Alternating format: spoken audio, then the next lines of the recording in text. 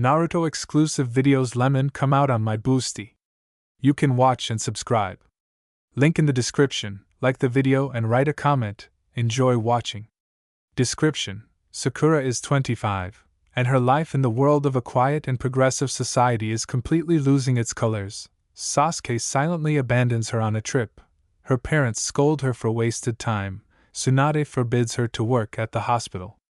Only the Hokage remains, who extends a helping hand, but he also turns out to be a grumpy boss, not allowing her to breathe easy. Only a new job can fix the situation, but even here there is a failure. The new boss turns out to be her ex. Part 1. Kanpai.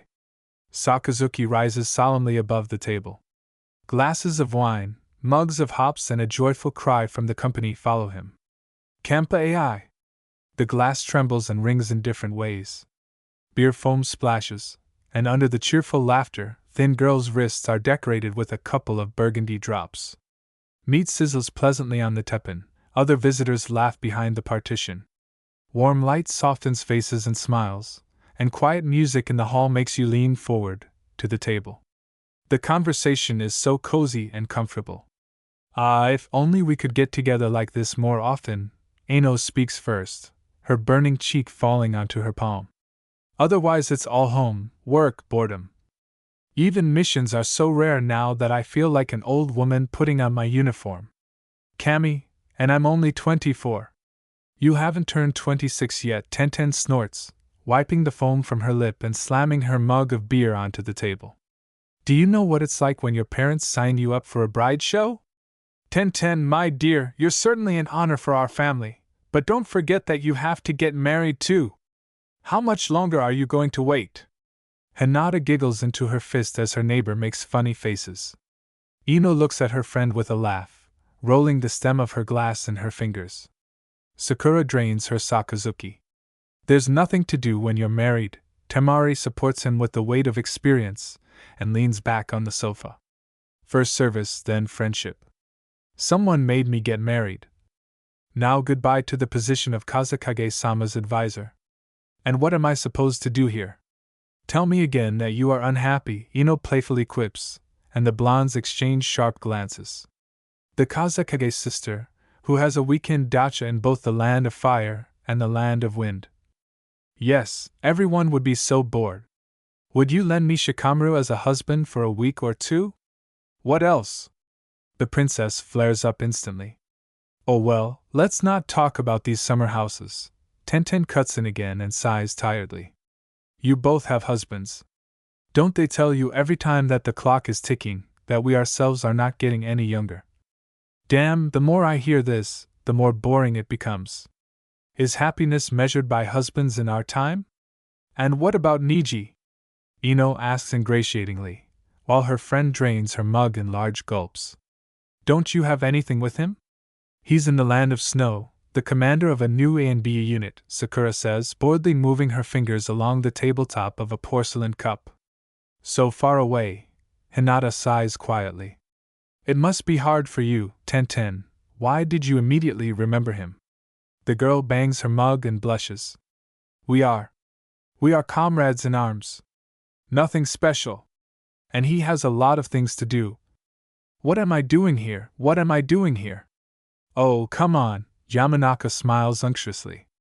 All of them men look like they don't care. Temari unexpectedly supports and nods. You should have seen his gaze.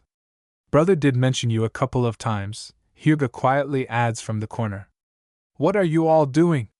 Tenten blushes even more, embarrassedly squeaks. The sake bottle clanks sharply and the Sakazuki fills with a boom. Here's another one, Sakura grins and puts the cup to her swollen lips. The girls turn to her in unison, watching closely as the container is drained in one gulp and then smoothly lowered back onto the table. If he wanted something, Haruno continues in a low voice in the ringing silence, looking down at her hands, I would have suggested it a long time ago. Don't you find it funny? A grown man, and you're trying to figure out his sympathy by his look and short phrases. Cammy, how stupid, thick-headed. Ino hisses opposite, throwing eloquent glances. However, she lazily reaches for the brown meat in the frying pan and does not raise an eyebrow at someone else's whisper. 10:10. The kunoichi flinches at the unexpected address and looks up at her friend, but Sakura doesn't even look at her, continuing to turn over the pieces of beef. If he agreed to serve in ANBU for a long time without telling you, it only means he doesn't care. Don't get worked up and don't think about him. You'll only hurt yourself. Hinata hangs her head sadly. Ino, feeling the atmosphere getting heavier, tries to find the shin of the cold-blooded Haruno with her foot under the table, but after Temari's menacing hiss, she only manages to squeeze out an apologetic smile. Yes, and I. Tenten looks away thoughtfully and answers hesitantly. Well, I don't think about him anyway. I have a lot of work, and I wouldn't think about him anymore. This is right. Oil splashes under the girl's fragile palm. That's how it should be. A man, if he's interested, will do something, and not go to the other end of the world. Girls shouldn't run like devoted dogs after someone who doesn't even try to explain himself. What could be worse than being humiliated in front of a person who doesn't give a damn about you? That's right. Tenten nods in agreement. Should she hear this from you, fool?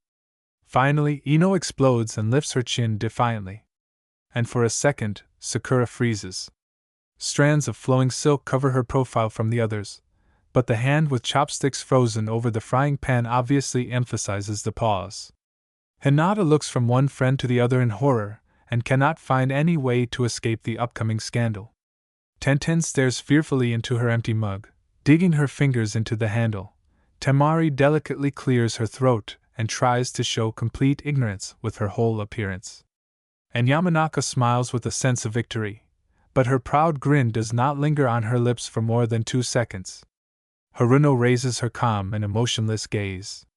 I speak from my own experience, she answers good-naturedly, and Ino, realizing the destructiveness of her teasing, becomes embarrassed and lowers her head in shame. Therefore, 10:10. The girl at the other end of the table visibly shudders again and looks up. If you don't want to repeat my mistakes, it's better to remember the phrase of one wise woman. Okay. She jumps up with panicked zeal, and Sakura stretches her lips into a slight smile. Temari and Hinata turn in the direction of the conversation with interest. I don't need a boyfriend, Sakura proudly raises her head and clearly says, because I have a job. Tsunade Shisho told me this when I was 14, but I was only able to understand it recently. Tsunade-sama! The girl exhales in amazement, and Haruno nods in understanding. Well, that's a really wise thought. We must drink to Tsunade-sama's wisdom. What a magnificent woman! Kami, what a circus! Ino leans back on the sofa in disappointment, and crosses her arms over her chest when the woman sitting next to her rises violently and loudly calls the waiter to pour her another beer. But then, rolling her eyes and straightening her long lock of hair, she speaks up again. Hey, we came here to relax, not to gather a club of lonely workaholics. Pork, do you want to disagree with Tsunade Shisho? Instantly losing the mask of a balanced and sensible woman, Sakura notes, sarcastically, and the reaction is not long in coming. We'll drink without you, you homely hen. And yours words I'll pass it on Tsunade Shisho. Who's the hen here? Now this is getting more fun. Temari laughs cheerfully as new bottles of alcohol are placed on the table. Oh, I was so scared. Hinata breathes a sigh of relief and does not refuse another glass of wine. Excuse me, can I order some more? Hey, thick-headed one, repeat, who's the hen here? To the great Tsunade-sama! Tenten thunders. The evening continues with a cheerful kanpai. Cheerful laughter and the jingling of sticks, drowned out by the clink of dishes. A couple of hours later, everything calms down, when the ground subway stops bubbling in the distance, and the lights go out in the windows of new concrete multi-story buildings. Tangled wires, swaying in the light spring wind, merge with the infinitely black sky and drown in the glitter of empty windows and rare stars. The girls' company tumbles out of the restaurant well after midnight. Heels click on the new asphalt, miniature clutches jingle on fragile shoulders, and the street trembles from the last friendly laughter. The kunoichi get confused in their feet directions, but cannot interrupt the conversation. Okay. Clucks. Summing up the meeting, Ino utters with a slurred voice and drunkenly and awkwardly throws her hair that's in the way over her shoulder. I have my own cluck waiting for me at home. I need to go back. And mine probably misses me too. Temari exhales steam into the cool air and smiles surprisingly softly and warmly. Thinks he's the only one who can hang out in bars after work? Ha! Tomorrow I'll really be a princess and ask for breakfast in bed. Naruto will be here soon. He said he'll meet you. Hinata bows shyly, and then hiccups loudly, causing laughter again. I hope he wasn't too worried. Here's another one, Sakura snorts, leaning on the shoulder of the swaying Yamanaka, herself barely maintaining a stable position. Better scold him properly for making you freeze while he's late. Why do you let him get away with everything? Be tougher, be braver. Of course, Sakura, laughs Hyuga, stepping back from Tenten, who is coming out of the door. But she also gets confused on the threshold and leans on her friend. Oh, be careful. You know, SS Sakura, as soon as she opens her mouth, the kunoichi immediately proves to her tipsy friends who has drunk the most. I had such a good talk with you today, and my soul felt so light. You're right about everything. Haruno only nods slowly, causing Ino's imperturbable face to shake along with the movement of her head. Why men? Tenten swings her fist vigorously, and Hinata catches her, preventing her from falling. I have a job and a lot of free time. I need to move on, and not run after all these Kambanwa girls. Naruto suddenly shouts cheerfully from the side. Tall, matured and grown up, but still smiling radiantly and idiotically. Hello, Sakura-chan. Hello, Ino-chan. Hello, Temari-cha. Shut up, the last of those named hisses irritably, and Uzumaki hangs on the word. Okay, have a safe trip home everyone. I'm leaving. Bye Temari. With a friendly girlish cry they see off their friend, who rushes off into the night on wobbly legs. Only Naruto scratches the back of his head in confusion. And will she get there? Are you kidding? Sakura grins, but her violent hand gesture finally undermines Ino's balance, and their pair leans significantly to the side. Naruto-kun Tenten is a little. Hinata quickly turns her absent-minded husband's attention to herself, and the kunoichi hanging on her shoulders. She's feeling a little unwell. Can you walk her home? Ah, that's... Yes, of course, that's the question. And Sakura-chan and Ino-chan, do we look like we're drunk? Restoring the fragile balance, the girls blurt out at the same time, and Naruto just giggles. Okay, since we're so independent, we'll go. Be careful. Tenten's body migrates from Hinata's shoulders to the broad shoulders of the future Hokage, and Hyuga waves his hand briefly for the last time. The other half of the female team leaves from under the beam of light spread out near the restaurant, leaving behind acrid night silence and the distant barking of dogs. Sakura shifts from foot to foot, checking her coordination, then decisively pushes Ino away and, blowing the loose strands of hair from her forehead, adjusts her purse on her shoulder. I'm going the other way, she says, looking at the unsteady but still proud Yamanaka. Will you get there? Ino seriously draws her eyebrows together and swings her hand through the air. Of course. Then I went, without waiting for other uncontrolled swings. Sakura turns away. Wait, thick-headed one, wait! Well, what else? She wearily puts her hands on her waist and turns to the bustling Ino. She is amazing in her agility, especially when drunk. Yamanaka freezes opposite, not daring to come closer. You. Listen, if I offended you in any way today, I didn't mean to. It's just that Tenten has liked Niji for a long time, and you. Anyway, I'm sorry, I didn't mean to push the button. Sakura gives her friend a careful look. Then she exhales briefly, raises her head to the almost starless sky and folds her arms across her chest. Relax. It's in the past now. She purses her lips in a short, restrained smile, quickly looking around the street for strangers. Don't worry about it. For now. This time, turning away is both easier and harder. Sakura clicks her heels, quietly exhaling and shivering from the cool wind. Her fingers tighten around her bare forearms. You know, lowering her gaze and remaining in place, Ino speaks again, and Haruno reflexively stops. When you came back, you didn't even come to say hello. And then a week later I found out that you were already working at the residence. And I thought that I probably said too much to you, that you didn't even want to see me when I came back. Before, you were like a little puppy who desperately needed love, and then I realized that it's hard for me without you. I missed you so much these last year and a half. All we did was squabble, and now I don't want to be offended or angry at you for this. The girl sniffles loudly and, obeying a momentary impulse, raises her head to the sky. I didn't ask then what happened between you and Sasuke, why you came back. And I don't want to ask now. I see that you don't want to talk. I don't care, really. It's all so unimportant. It's just, you're my best friend, Sakura. And no matter what happens, you always will be. So if you suddenly want to share something, I'm always ready to listen. And I won't tell anyone a word, I promise.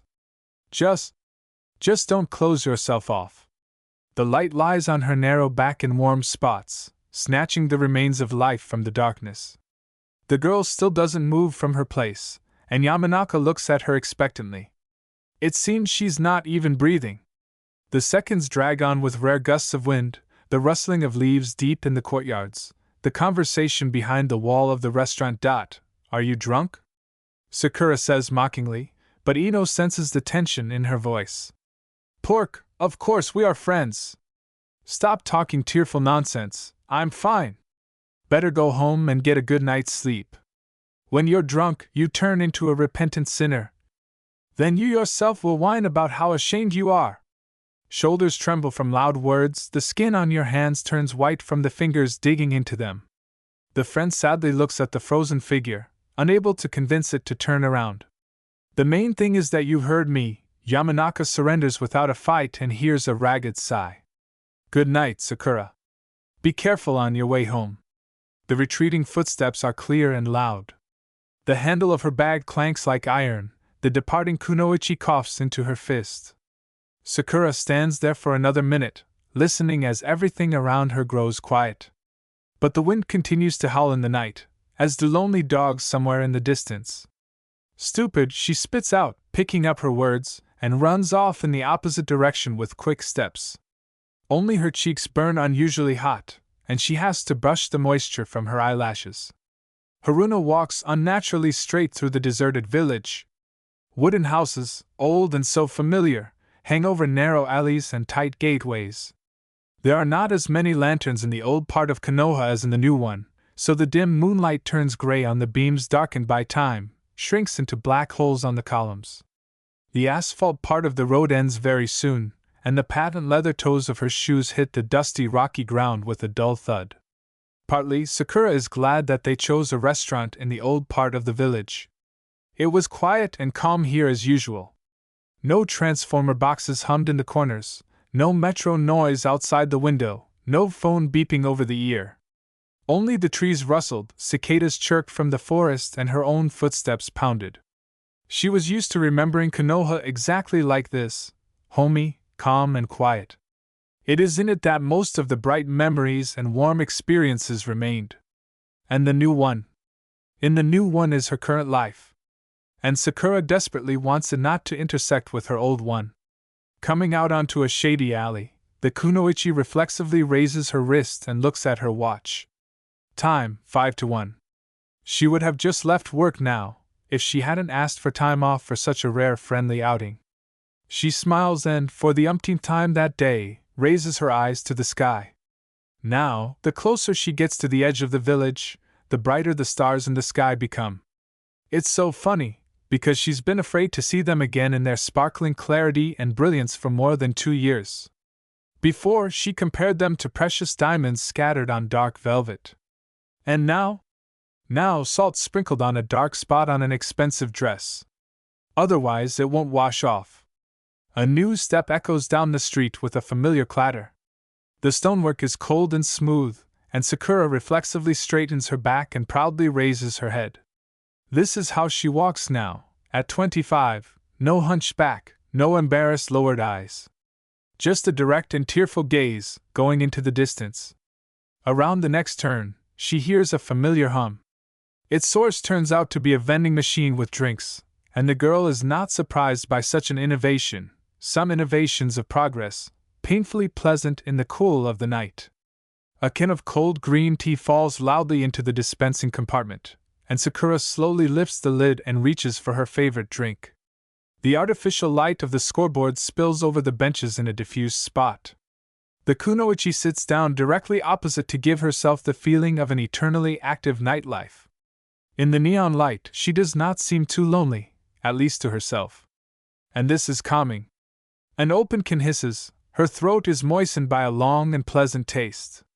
For a second, the kunoichi seems to sober up and looks around with interest. This place looks too familiar. So familiar that she does not even want to know. Sakura spreads her arms along the back of the bench and looks longingly at the machine, shimmering inside with all sorts of colors of bottles, packages, and advertising. Once upon a time, she stood in its place a little 12-year-old girl, begged Sasuke not to leave and stay with her. Stupid, what can you expect from her? After a while, she looked around here with excitement, opening the first letter. It seems she was 18, no more. Then she immediately passes by, energetically adjusting her travel bag on her shoulder and dreamily humming a song under her breath. She had just turned 21. She is finally an adult, self-confident and incredibly happy. How different she is from her current self, with a sad smile, a can of cold tea and high heels. She looks more like Sakura at 22. A crushing downpour is falling, breaking through the tree crowns, and she is barely dragging her feet in the other direction. Her long coat is soaked to the skin, and her grown-out, rosy locks of hair sway pitifully after her long steps. And her gaze is colorless, and her back is straight, like a taut string. This is the kind of girl that the current Sakura could grow up to be. Then the first person she met was Naruto. It's not surprising, not fateful. He's 2 heads taller than her, but just as bright in the gray curtain of rain. He smiles the same way he did 10 years ago and gesticulates vividly. Only when he meets her eyes, his smile fades. And he silently hugs her, not daring to say anything. And Sakura doesn't cry. She simply can't cry anymore. Sakura sighs and closes her eyes. She takes another sip of cold tea to keep herself from sinking into this useless and oppressive pile of memories. Ino has already inadvertently stirred up a hot and pulsating ball in her chest with her revelation, but there's absolutely no need to unravel it. And the kunoichi decides to think about something good. For example, about Naruto.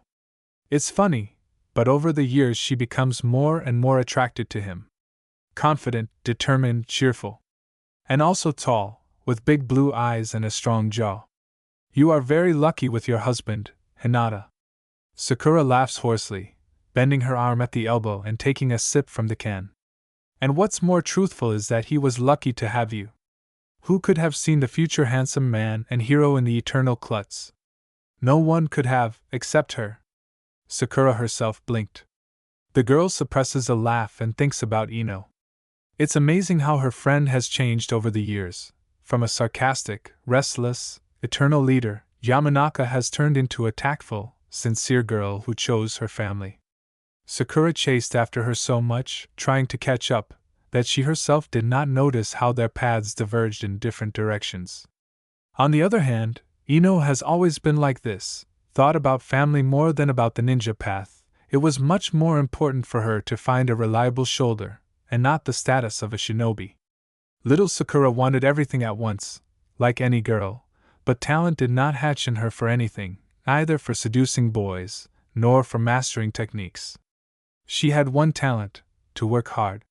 He has remained with her to this day, having passed through a series of titles and honors. Sorry I didn't come to see you, Sakura whispers sadly, lowering her wet eyes. I really wanted to see you, but I didn't want to seem pathetic. You would worry and feel sorry. But I don't want to worry and cause pity. The treacherous salty drops are fluttering on her eyelashes again. The kunoichi impulsively removes them from her eyes, but they roll down her cheeks again. And then she resolutely drains half the jar. But even this does not help in her desperate desire not to burst into tears. She is so sick of remembering Ino's sad look, Naruto's silent embrace, the chilly weather, and Tsunade's hot-tempered scream mixed with her trembling voice. All this is so disgusting and humiliating that something inside her chest begins to scrape and howl sadly. Sakura does not know if Niji gives a damn about the unfortunate Tenten, bored in the weapons store. She knows how Sasuke does not give a damn about her, having abandoned her on a joint trip without a single word. In their room there was only a short note. Return to Konoha. Don't wait for me.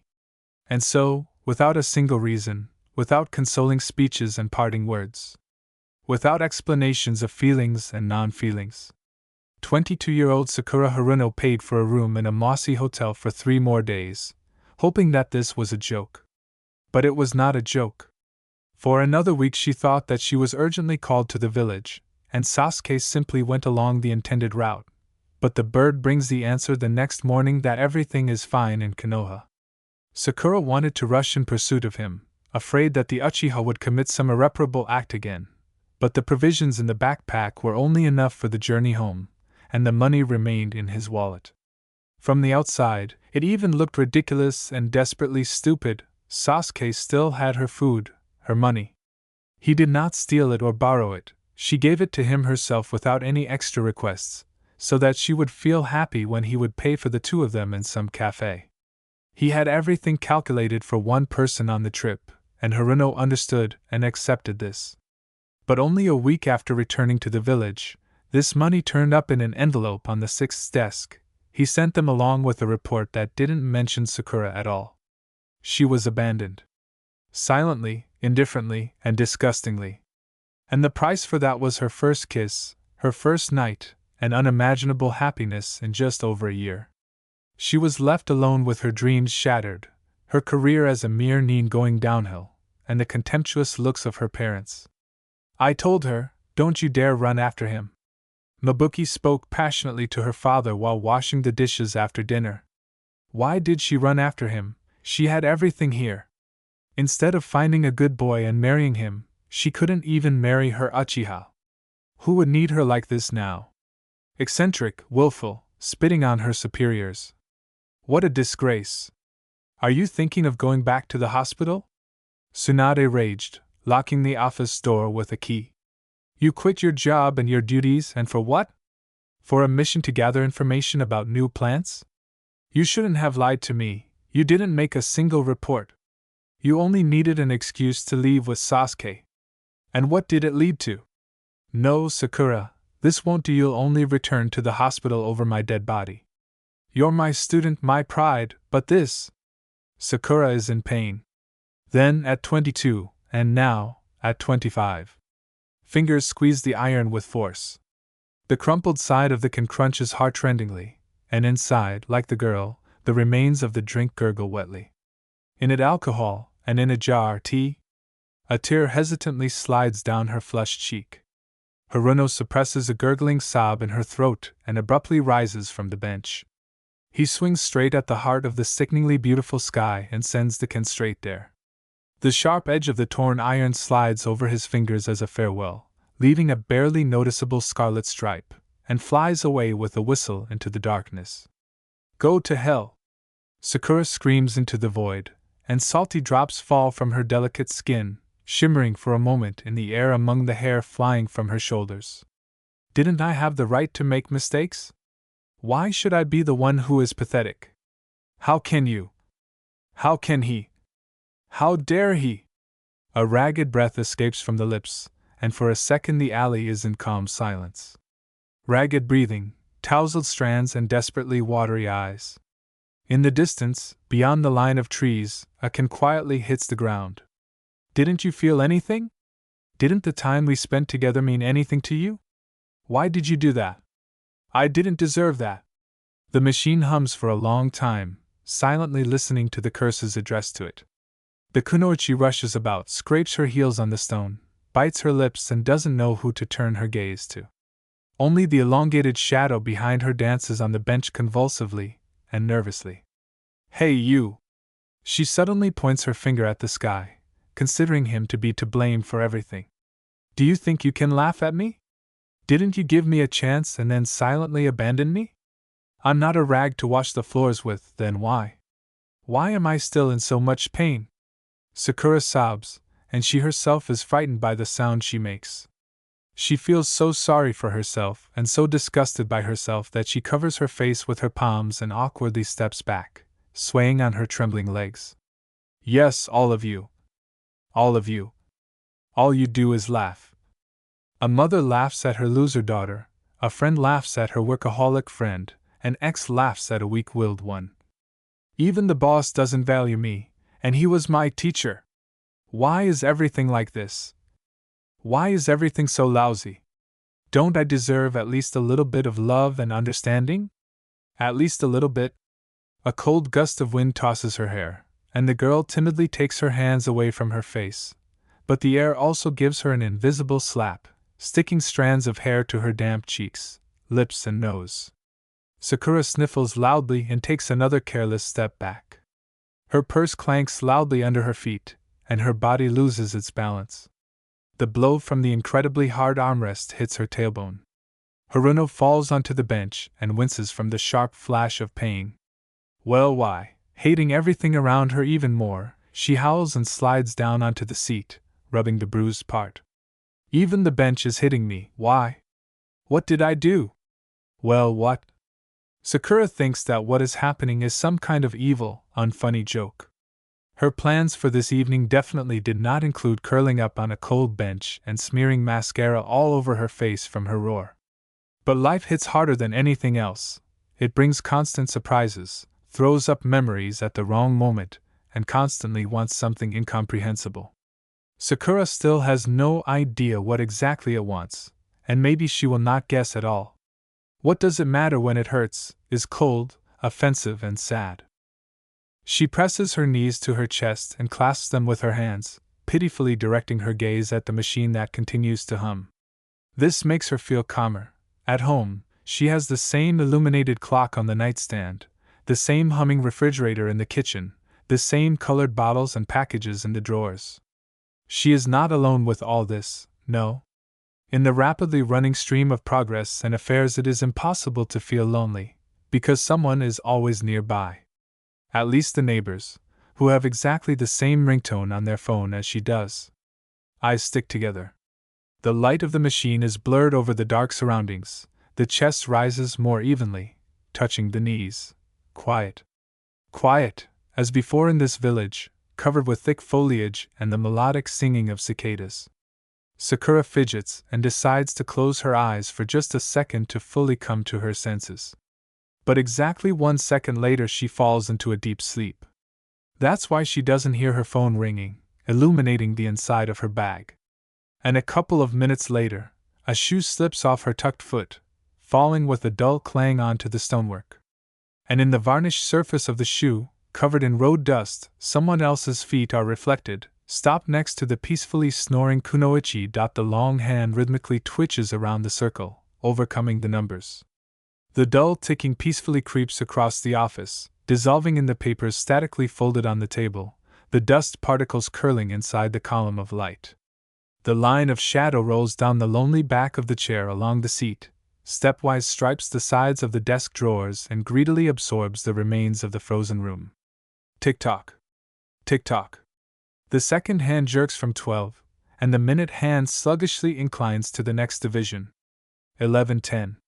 The Hokage's office is silent and ticking in humility, not showing the life and movement that reigns behind the blind windows of the residence. The train knocks and howls, the green light on the pedestrian crossing lights up, office workers click their suitcases and girls click their mirrors. New Konoha comes alive even before the first rays of light, and only becomes quiet at 2 o'clock in the morning. Hashirama Station, they announce inside the carriage, and part of the crowd spills out onto the platform. Sakura curses loudly, hunching over and hopping on one leg behind the civilians. She hates the sweaty crush of mornings, the damned shoes, and the hangover. She especially hates it when she's late. She especially hates it when it happens to her. Her head is buzzing, just like the train leaving behind her. The kunoichi glances quickly at her wristwatch. 11 hours 12 minutes. She still has time, but time is quickly flying away. It's funny to be late when the eternally unpunctual boss was late. In just over 2 years, Sakura managed to do this only twice. On her first day at work, when she walked in heels like a turtle out of habit, and on Hitaki's birthday.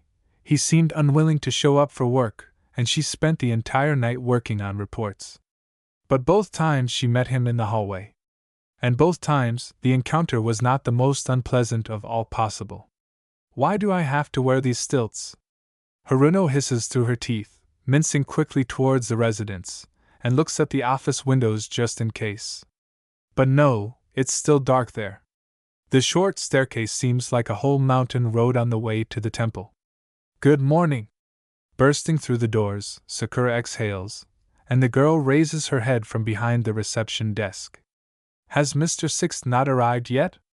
"Good morning, Ms. Haruno," she answers with a polite nod. "No, it hasn't arrived yet." "Why are you so late?" "Great." Ignoring the last question, Sakura happily slaps her palms on the tabletop and grins. No way, she won't go through that hell again. She still comes early. A relieved sigh escapes her lips, and the girl straightens her clothes with a couple of short movements, catching her breath. With a gliding gait, she sets off down the corridor, clicking her heels and shining with a victorious look. The title of Kage's personal assistant has its advantages. They call her mistress, bow politely, and always treat her with due honor. Not every shinobi can boast of such a train of respectability even after 2 wars, but from the first day she was for all the employees of the residence a personal hero. At first, she does not understand such an attitude, because in ordinary communication she does not show her position in any way, but after several weeks of work, everything falls into place. And a deep bow in response to her slight nod, and the sparkle of other people's eyes, in which admiration splashes along with sincere condolences.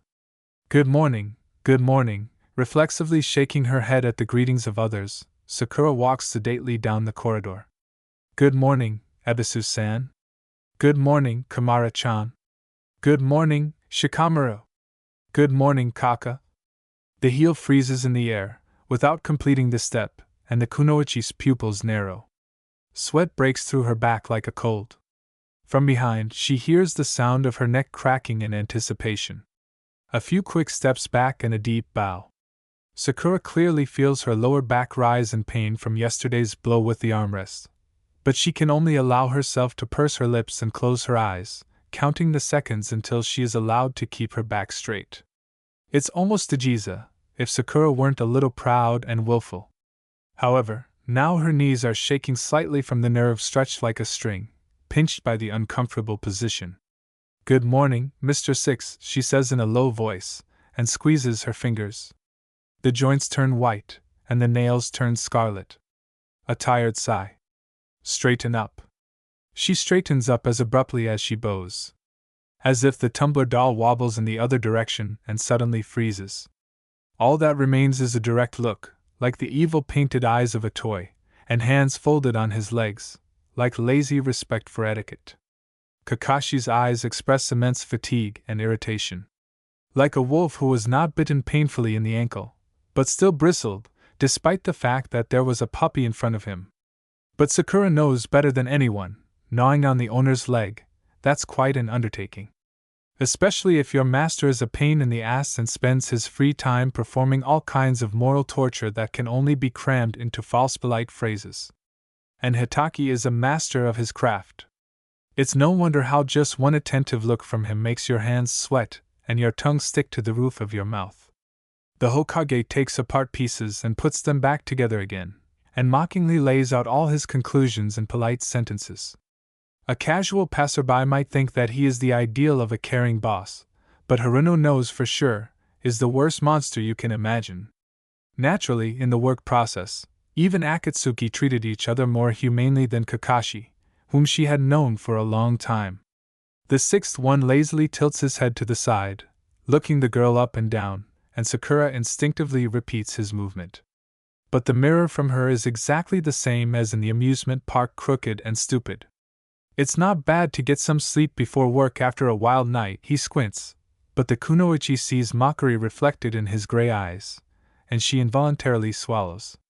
It feels like you've spent the night outside, not at home. Sakura patiently endures his piercing gaze, managing to pull herself back from unnecessary displays of emotion, a twitching upper lip, eyebrows drawn together on the bridge of her nose, a cold, reciprocal gaze. But judging by the man's barely trembling eyelashes and stifled chuckle, she instead manages to reflect the entire aforementioned range of feelings in 1 second. I guess I'm right, he finishes, and the girl cannot contain her indignation. Not at all. She flares up, and Hatake looks at her face with even greater interest, as if he is really ready to listen. I spent the night at home and was late because the alarm didn't ring. Why? You had all this took. Kakashi's jaw drops to the side, and a shadow under his cheekbone outlines all his angular features. The air whistles between his teeth, and Sakura feels like someone is dousing her with a bucket of cold water. Excuses are worse than the truth. She presses her lips together loudly, suppressing her inner protest, and stares boldly into his eyes. No longer with a challenge, as she would like, but with the mute horror of a rabbit who has noticed a predator. I don't care about your alarm clock. The kunoichi barely holds back her resentment, but doesn't look away. I'm more concerned about your report on the results of the ANBU training in Yuki no Kuni. It's already on my desk, isn't it? Sakura opens her mouth to answer, but immediately closes it back. Kakashi hisses contemptuously, and even the thick mask does not hide the muscle that twitches on his face. Keep your eyes down, he snaps, and she reflexively tilts her head, staring at her shoes. You're being rude to me, making excuses, and you haven't even done your report yet? You have an interesting approach to work, Haruno. If this had happened to her 10 years ago, she would have long ago started arguing, explaining herself, and quite possibly taking offense at the teacher. Even now, she sometimes strays from the usual boss-subordinate program, accustomed to being in more friendly than dependent relationships with her mentors, but now her direct and confident gaze is regarded as a personal insult. 2 years ago, for Sakura, a formal shallow bow and an undisguised look at the interlocutor, the norm of behavior accepted in the ranks of shinobi.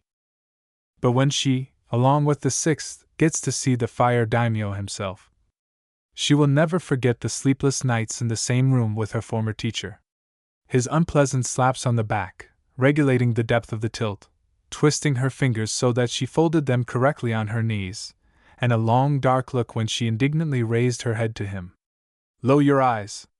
This phrase has accompanied her since that very day, and the habit of lowering her head in front of superiors is developed like a geisha. But next to Kakashi, she always forgets all his lessons. It's so strange to bow to the Hokage after the image of a slob teacher. Okay, he suddenly interrupts his scolding, and Sakura looks up from under her brows. Now it's not up to me to demand reports from you. Rejoice, Haruno, you've been transferred to the local administration for the time being while the new hospital is being equipped. Is it true? She jumps up, grabbing Sixth's sleeve, and he backs away in surprise. Are you kidding me right now? Am I really translated? Kakashi is lost for a couple of seconds, and Sakura doesn't need more. She knows he wouldn't joke with her like that, so she breaks into a happy, wide smile. Thank you, Mr. Six. She shakes his hand lightly as he blinks in confusion. Thank you very much. I'm running, I'll bring the report soon. And the girl runs off down the corridor with inspiration, forgetting about her inappropriate behavior and being late. Her heels click loudly and joyfully as she runs, and all the new employees of the residence she meets barely have time to hug their documents and mugs of coffee to their chests before Kage's personal assistant enthusiastically embraces them. Her last day as an assistant, and then, finally, Sakura is thundering during lunch break, and Ino, sitting opposite, is choking on her tea.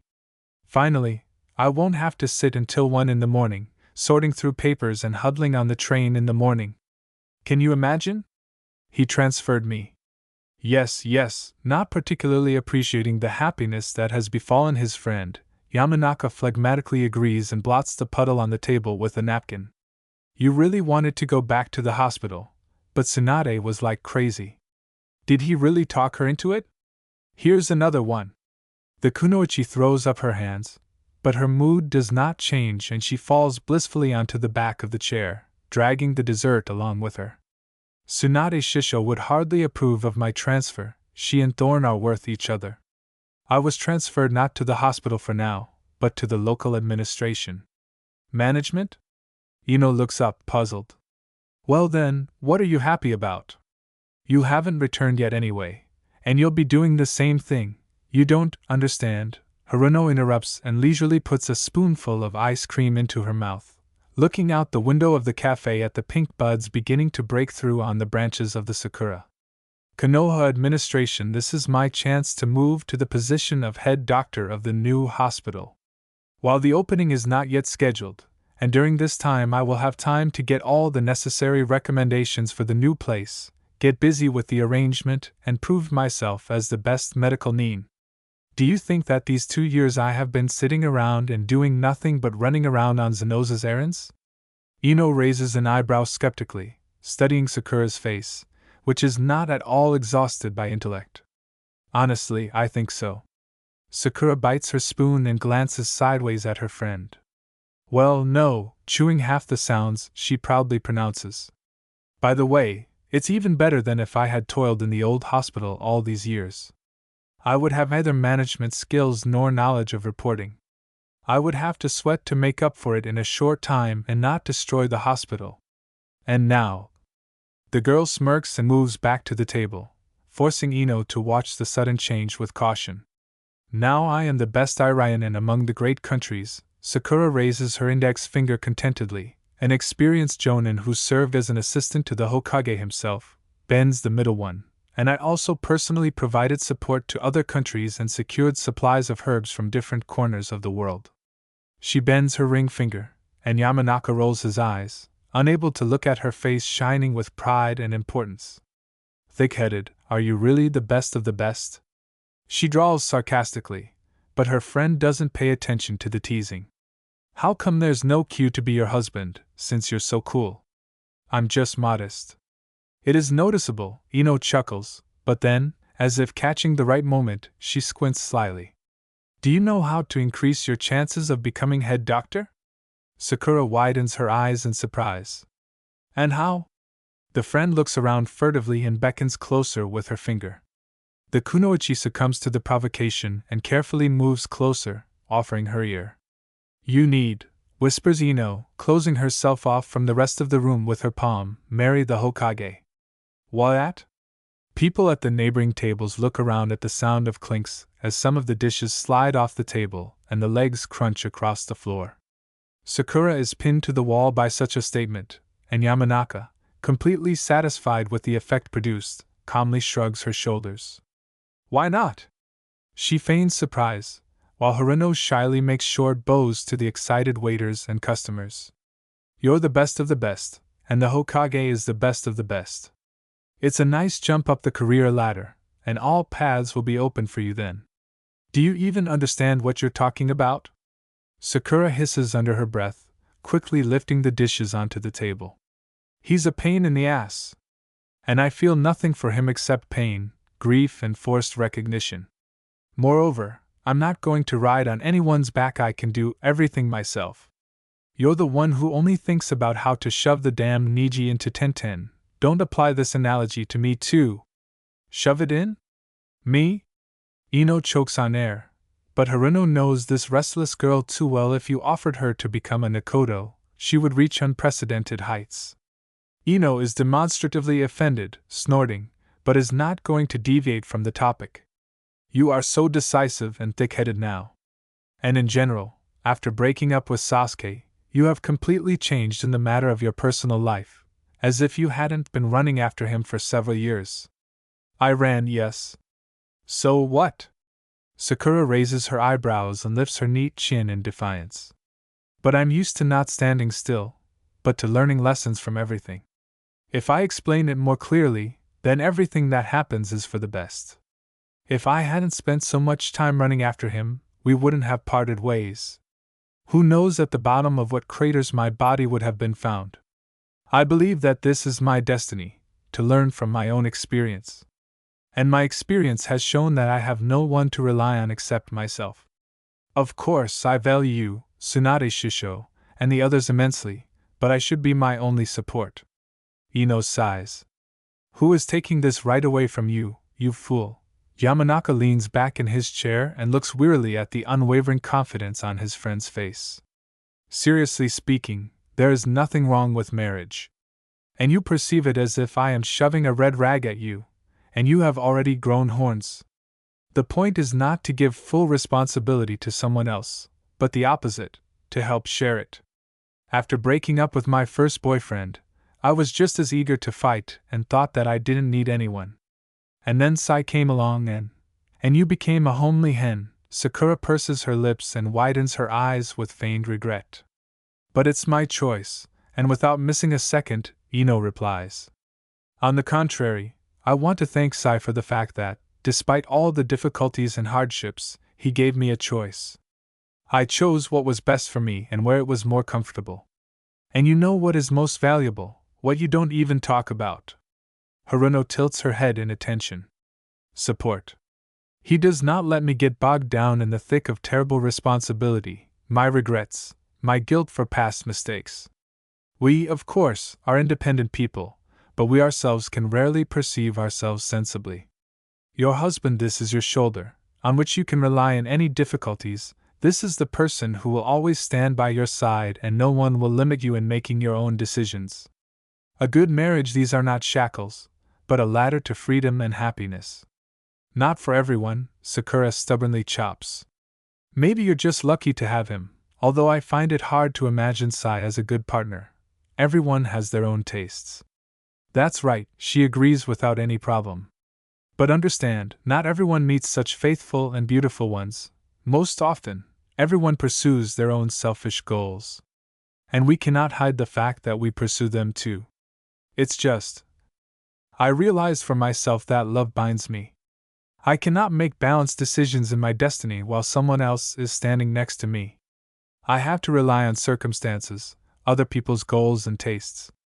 Is it possible to live long, constantly adjusting? Thickhead, we live in this stupid world, Ino inserts mockingly. We have to constantly adapt. And what's the difference between work and home? In one place, your head is filled with a whole team, in another, a couple of homely and warm people. And if there is no relationship, then you are only in one place, Sakura answers reasonably. The problem is that you intuitively want someone else to love you, so you're always stuck at work, Yamanaka responds with a barb for a barb and sighs. This conversation could go on forever. I'm just telling you about another path, that's all. Don't take it so hard. Okay, now I know about it and I will never use it, Haruno smiles faintly sweetly. In any case, the break will soon be over, and my NSL in verbal form will continue. Come on, finish eating already, otherwise you won't finish with your talk by the evening. And I still need to double-check the report. Oh, Mrs. Workaholic. Ino waves her hands, and Sakura smiles warmly. Just think, they're tearing her away from work. She herself ran to me to drag me out for lunch, and now she's even rushing me. Don't whine, she pushes a plate towards her with a childishly concerned face, and Yamanaka deliberately slowly picks at her food with chopsticks. I wanted to share with you first, we are friends, so I invited you. And you are setting me up, and Zenoza has been so angry since this morning, and now I have to justify myself to him because of you. By the way, I always wanted to ask. Ino unexpectedly briskly puts the meatball into her mouth and tucks it into her cheek so it doesn't interfere with her speaking. Why did Kakashi-sensei suddenly become such a pain? I thought you had a normal relationship with him. Well, Sakura scratches her cheek with her nail. It depends. Ever since my apprentice days, I could never understand how he felt about me. It seemed like he didn't care at all, and probably still doesn't. He doesn't like to advertise his feelings for anyone, so I can only guess. But judging by his attitude, he simply hates me and is ready to gobble me up like you would this meatball, slowly, smoothly chewing and enjoying the taste.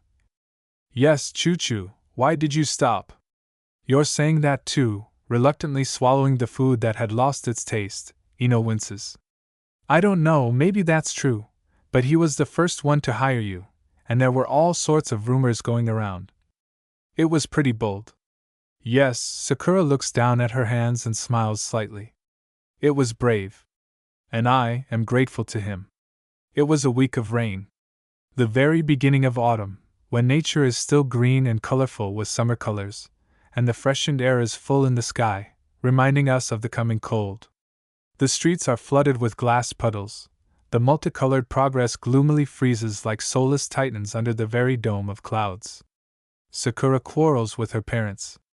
Loudly, terribly, and incredibly disgustingly. She manages to spend only a couple of days in the village, but during these long hours of suffocating despair, the elder Haruno accumulate a sufficient number of unpleasant questions. But Sakura does not accumulate, she is empty inside, like an iron can standing on the side of the road and slowly collecting rainwater. Just as cold, nasty, and dirty as the reproaches of those closest to her. She screams something in response for a long time and in her heart, tries to explain herself, but in the end she can only slam the front door in resignation, and into the rain, where she belongs. The invitation to the Hokage's carpet is not at all surprising. She accepts it in the same way as the forced conversation with Tsunade Shisho, so she does not expect to receive anything more than another scandal.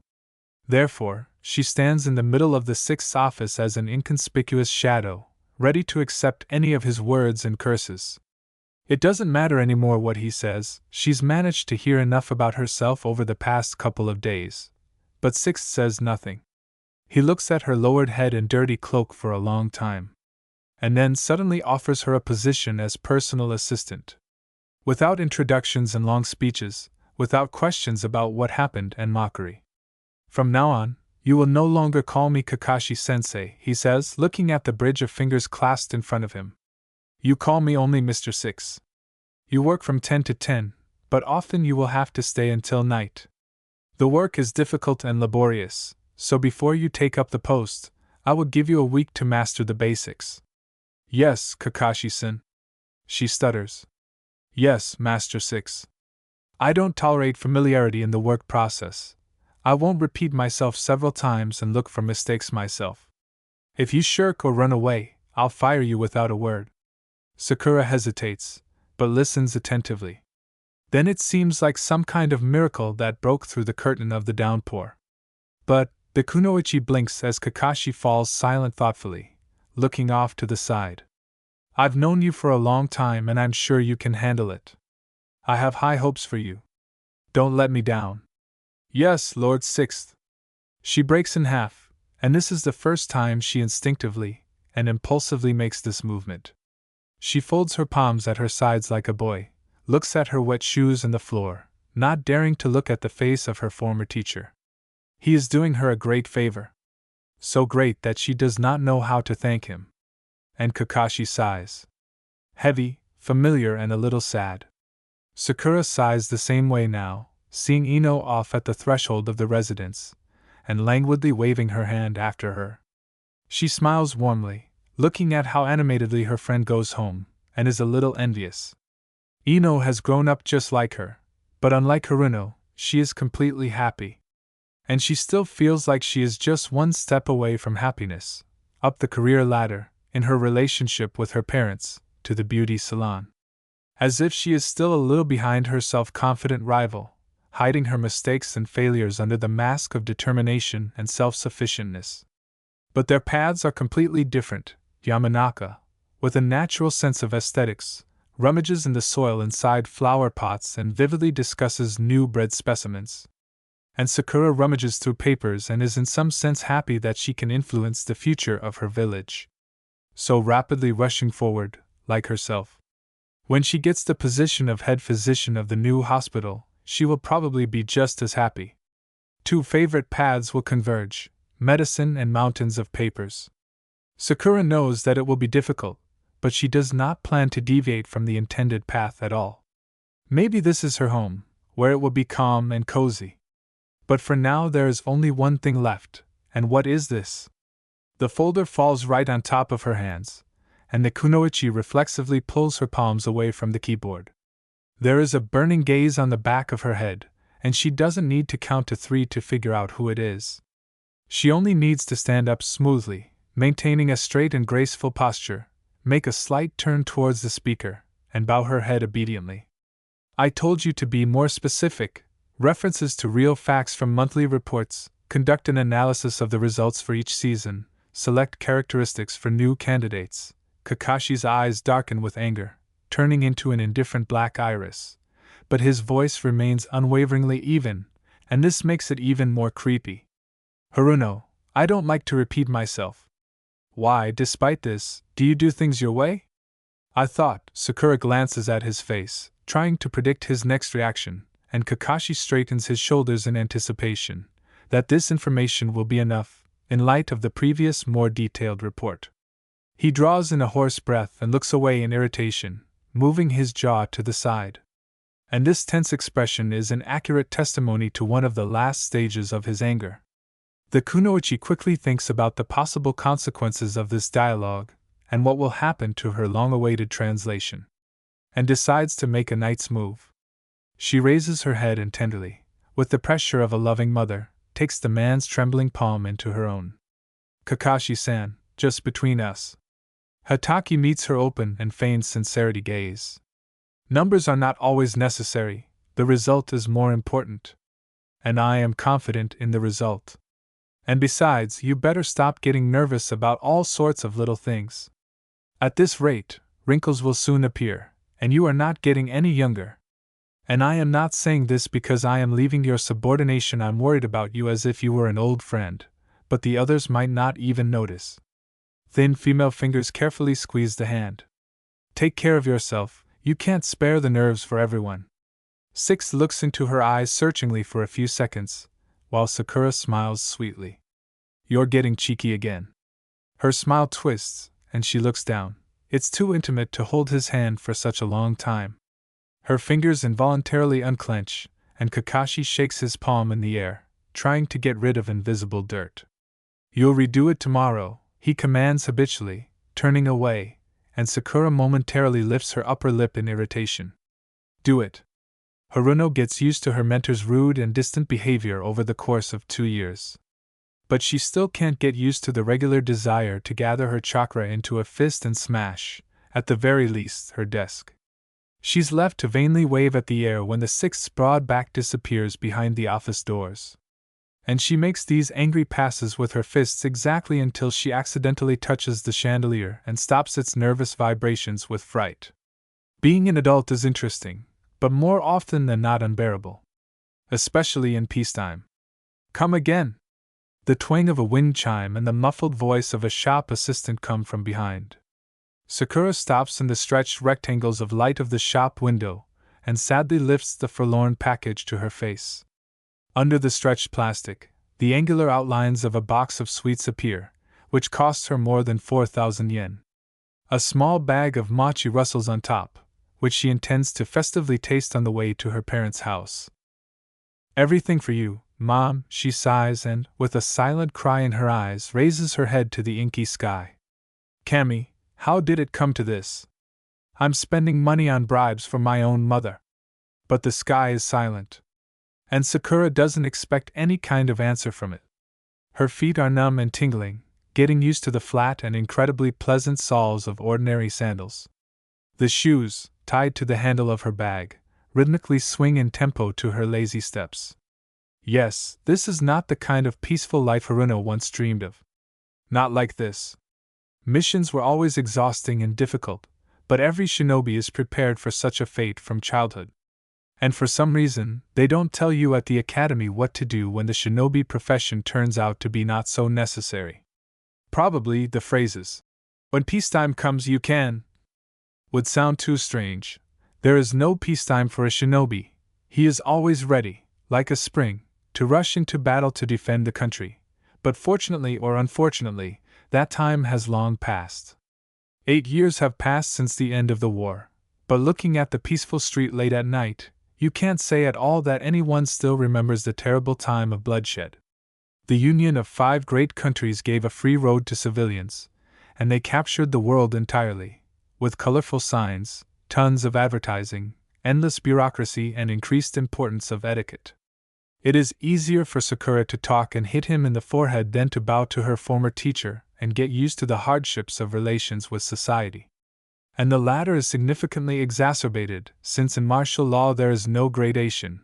I would like to, I dream, but it is possible to do better. There is only done and not done. And now for every careless word you have to pay with a bunch of unnecessary excuses, actions and gestures. It was easier before, don't you think? She wearily scolds the pink mochi rabbit before popping it into her mouth. What do you even understand? The circles of light from the street lamps alternately take in a fragile figure, walking alone along the alley. The bag sways rhythmically on the bends of her fingers. Her heels tap against the iron handle of the bag. The silk strands of hair tremble on her shoulders, changing shades from deep pink to light purple. Suddenly, something crumples loudly under her feet. Sakura looks down at the toe of her sandal, biting the remains of a rounded mochi with her lips. An iron can of cold green tea. Crumpled, chewed and torn. A sweeping throw into the black heights of the sky and a desperate "Fuck you!" flashed through my head in hazy images. Then cheeks burning from tears and stinging from mascara streaks. A blow to the lower back and a shoe falling off my foot, clattering on the stonework as clearly as the subway knocking outside my bedroom window. And how did I get home? Picking at the jar with her sandal, she says thoughtfully and indistinctly. I don't remember at all. I was so drunk. A crazy thought appears for just a moment, and the girl widens her eyes. She raises her hand with the bag closer to her face and straightens her palm, crossed with a strip of plastic. A thin, barely visible strip of cut runs along the inside of her fingers. Sakura throws her head back with an exhausted sigh.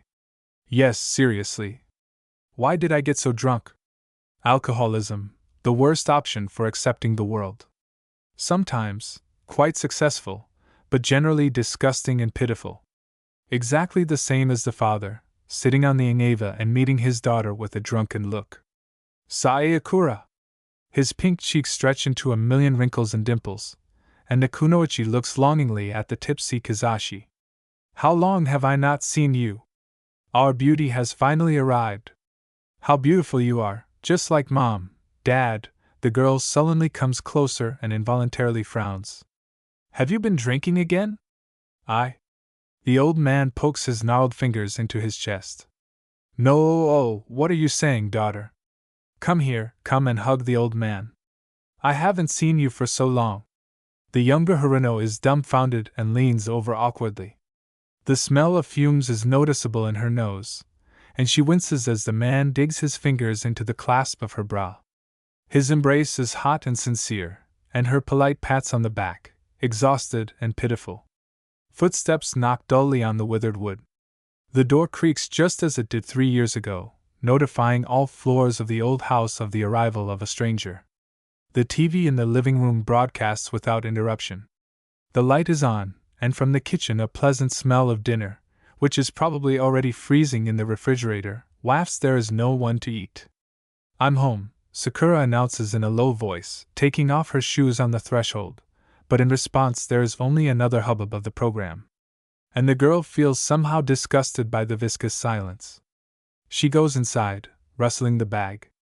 Mabuki sits sadly on the sofa and props her cheek with her palm, statically watching the flickering of flowers on the screen. The woman ages so much in a few years that Sakura no longer recognizes her as her cheerful and energetic mother. Her eyes grow dim. Her light hair is broken by icy gray, the skin sags in place of the chin. She is only 55, but from a distance Mabuki can be mistaken for a real old woman. With empty eyes and pursed pale lips. Hi, Mom, the girl greets quietly, freezing in place.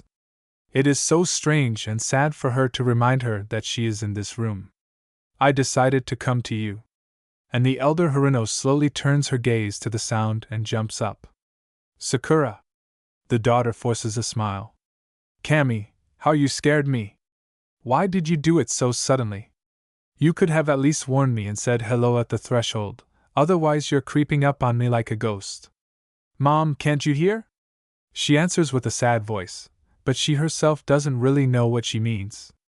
Mabuki throws up her hands. I'm here. The bag flies up into the air, swaying from the sudden movement. I bought you some sweets. I thought you'd like them. Remember how we ate them on New Year's?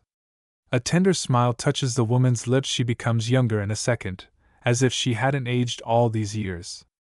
Of course, I remember. Their conversation doesn't go well at all, even though the kunoichi tries to start a few insignificant phrases. So much and so little time has passed, and the topics for conversation have been exhausted at the entrance. After a quarrel 2 years ago, they distanced themselves too much from each other. The first couple of months, Sakura works tirelessly, and only occasionally cries, remembering her mother's last words. Then, of course, she comes to her home, and they smile at each other, as if nothing had happened. Only hurtful words and unspoken things flicker on their lips, burying themselves deeper in the very core. Kizashi starts drinking long before that, maybe when Sakura runs off after Sasuke. Mabuki becomes a victim of progress, and does not tear herself away from the TV screen, greedily absorbing everything that is said on it.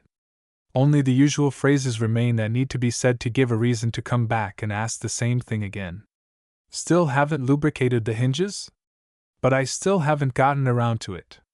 They've been silent for several minutes. How are things at work? I am being transferred to the local administration. Oh. That's good, isn't it? Yes, very much so.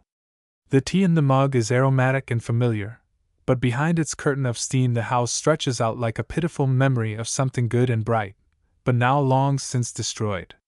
Dad. He's drinking again. Mabuki sighs. As you can see, I'm already tired of talking to him and discussing this. Everything is like peas against a wall to him. Maybe you could sign him up for a course of treatment? What's the point? It will come undone in a couple of months anyway, and it will be the same old story again. Sakura is physically uncomfortable in this house. The walls themselves are pushing her out, thickening the hot air. But her feet are freezing, and the kunoichi involuntarily tucks them under herself. Are you staying overnight tonight? Yes, I need to finish the report tomorrow. It's closer for me to walk from you. Are you still living alone? Girl is pressing lips. Mom. Her childhood room hadn't changed a bit.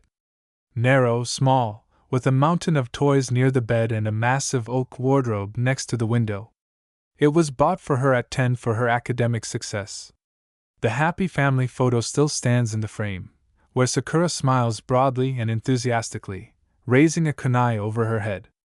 It is the first time she has received such an expensive and useful gift. Subsequently, her parents do not know what to give her. Their daughter plunges headlong into ninja work, and to give a uniform, or a weapon, a bad omen. Mabuki once tells Sakura when she asks to add it to a new uniform that they are so afraid of losing her, as if they were leading them to death. And she, young and confident, laughs at her parents' melancholy. She doesn't know what parents can feel when their child is so eager to become a shinobi. At that time it seems so normal and ordinary that it does not raise questions from the outside. But sometimes, very rarely, the awareness of this choice lies like a shadow in the mother's eyes, to death. Sakura twists a dusty photo frame in her hands and thinks that only after the war could she feel all this horror. Team number 7 returns to Konoha as heroes and legends. Only at the moment when the kunoichi crosses the line of the border gate, none of the parents know who survived this war. The ashen ribbons of Mugen simply slept, and for another month the civilians sit in shaky anticipation, not knowing who to expect from the front in coffins, and who in awards. Occasionally, detachments with the wounded return to the village, but mostly they all talk about Naruto, Kakashi, and the bravest about Sasuke. And about her, about Sakura, not a word. And the faces of Kizashi and Mabuki turn white with each passing day. In the crowd of congratulating and noisy kunoichi, she immediately catches her parents with her gaze, numb, gray with red eyes. Then Mabuki hysterically throws herself on her chest, clutches her shoulders with her fingers and chokes on loud sobs. Her father, always cheerful and smiling, falls like a shadow at her feet and hugs her fragile knees with trembling hands. They smear snot and tears across the remains of her uniform, and Sakura finally feels her salty tears on her chapped lips. She went through the war. She's back, alive. In desperate happiness, the mother whines into her armpit. Mom, Dad, healthy, whole. Her father howls from below, covering her shins with points. And she still doesn't tell them that she is the best Iranian, and that she fought with Madara himself.